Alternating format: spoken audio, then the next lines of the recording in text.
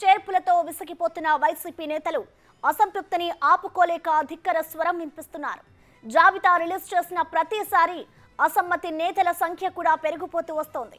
ఓవైపు వైసీపీకి ఎమ్మెల్యేలు జలక్లిస్తుంటే మరోవైపు ఎమ్మెల్యేలకి నో ఛాన్స్ అంటుంది హైకమాండ్.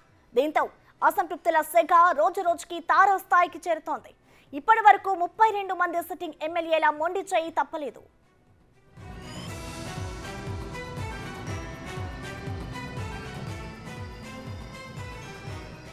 వైసీపీలో మార్పులు చేర్పుల పరంపర కొనసాగుతూనే ఉంది. అయితే ఇప్పటి వరకు 5 జాబితాలు విడుదల చేసిన వైసీపీ నిన్న మరో లిస్ట్ రిలీజ్ చేసింది.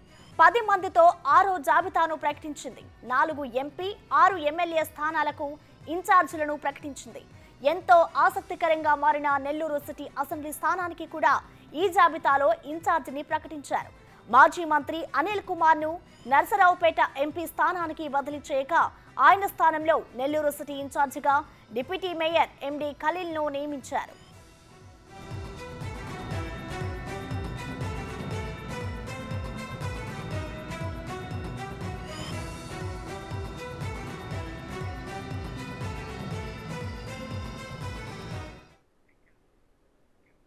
దీనిపై మరింత సమాచారాన్ని మా ప్రతినిధి శివ లైవ్ ద్వారా అందిస్తారు. శివ, చెప్పండి, ఇప్పటివరకైతే వైసీపీ ప్రభుత్వం 5 జాబితాలను విడుదల చేస్తుంది. నిన్ననే 6వ జాబితాను కూడా విడుదల చేస్తుంది. ఇప్పటికే చాలా మంది నేతలను అయితే వైసీపీ అధిష్టానం ఇటు మార్పులు చేర్పులు చేస్తుంది. సో ఈ నేపథ్యంలో 6వ లిస్ట్ లో ఎవరెవరికి చోటు కల్పించింది అధిష్టానం? శివ, మొత్తం మీద చూసుకుంటే మొత్తం 67 మందితో 6వ జాబితాను వైఎస్ఆర్సీపీ విడుదల చేసింది. అంటే మొత్తం 5 జాబితాలో నిన్నటి వరకు తాజాగా 10 మందితో 6వ జాబితా విడుదల చేశారు. మొత్తం 67 మంది శాసనసభ్యుల అభ్యర్థుల జాబితాను విడుదల చేసింది. అలాగే 16 మంది ఎంపీ అభ్యర్థులు, నిన్న 4 ఎంపీ అభ్యర్థులను విడుదల చేసింది. గతంలో 12, మొత్తం 16 మంది ఎంపీ అభ్యర్థులతో జాబితాను విడుదల చేసింది. ఇప్పటివరకు చూసుకుంటే దాదాపుగా 32 మంది సిట్టింగ్ శాసనసభ్యులకు ఎక్కడా కూడా అవకాశం ఇవ్వలేదు. వారందరికీ కూడా ముందు చేకూర్చిన పరిస్థితి. అలాగే పార్లమెంటు సభ్యులకు సంబంధించి 16 స్థానాలను ఇప్పటివరకు ప్రకటిస్తే 16 స్థానాలకు సంబంధించి కూడా కొత్త వారిని ప్రకటించిన పరిస్థితి కనిపించింది. గతంలో చిత్తూరుకు సంబంధించి ఏదైతే ఎంపీగా ఉన్నారో ఆ ఎంపీకి సంబంధించిన రెడ్డప్పని తిరిగి కొనసాగించారు. ఆయన ఏదైతే జీడీ నెల్లూరు పంపించారు, తిరిగి నారాయణస్వామి మంత్రిని జీడీ నెల్లూరు పంపిస్తే ఇప్పటికే ఆ నియోజకవర్గాన్ని 2 సార్లు మార్పులు చేర్పులు చేసిన పరిస్థితి కనిపించింది. అలాగే నెల్లూరు సిటీకి సంబంధించి మాజీ మంత్రి అనిల్ కుమార్ యాదవ్ నర్సరావుపేట ఎంపీగా పంపడంతో నెల్లూరు సిటీకి డిప్యూటీ మేయర్ ఖలీల్ అహ్మద్ని ప్రకటించారు. అలాగే ఎమ్మెగనూరుకు సంబంధించి కూడా అక్కడ చెన్నకేశ్వరరెడ్డి సిట్టింగ్ ఎమ్మెల్యే ఉంటే ఆయన్ని కాదని చెప్పి కూడా బుట్టా రేణుక మాజీ ఎంపీని ఆమె అక్కడ కేటాయించారు.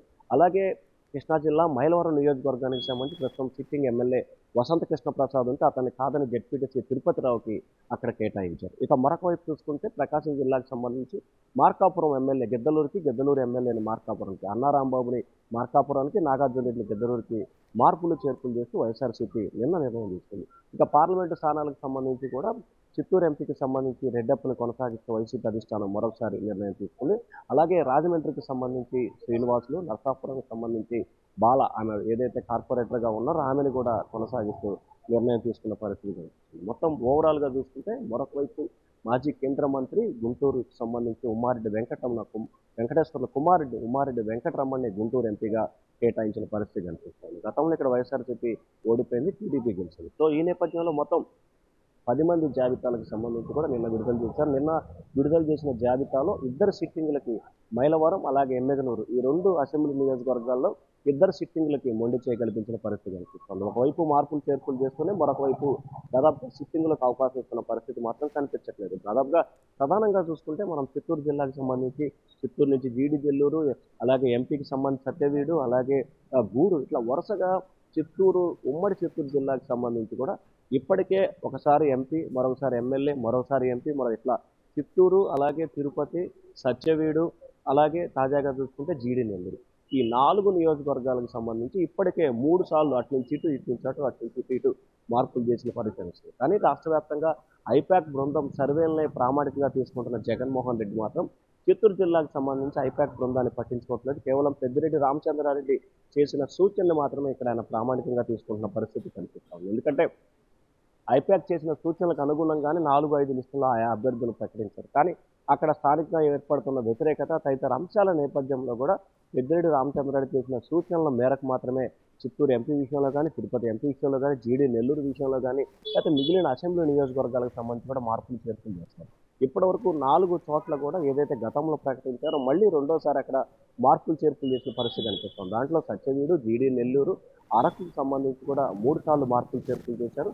చిత్తూరు అలాగే తిరుపతి ఎంపీలకు సంబంధించి 2 సార్లు మార్పులు చేర్పులు చేసిన పరిస్థితి కనిపించింది. మరొకవైపు అసమ్మతులకు సంబంధించి తీవ్ర స్థాయిలో చేరుకోవడంతో వైఎస్ఆర్సీపీ తలలు పట్టుకుంటున్న పరిస్థితి కనిపిస్తోంది. కానీ అసమ్మతులు, ఆగ్రహాలు వ్యక్తం అవుతున్నప్పటికీ మాత్రం వైఎస్ఆర్సీపీ తాను ఏదైతే అనుకుందో దానికి అనుగుణంగానే వరుసగా జాబితాలను విడుదల చేస్తూ వెళ్తున్న పరిస్థితి కనిపిస్తోంది. ఇప్పటి వరకు ఓవరాల్ గా 67కు సంబంధించిన శాసనసభ్యుల జాబితాని 16 మంది ఎంపీ జాబితాలను వైఎస్ఆర్సీపీ విడుదల చేసింది ప్రస్తుతం. Right, thank you Shiva.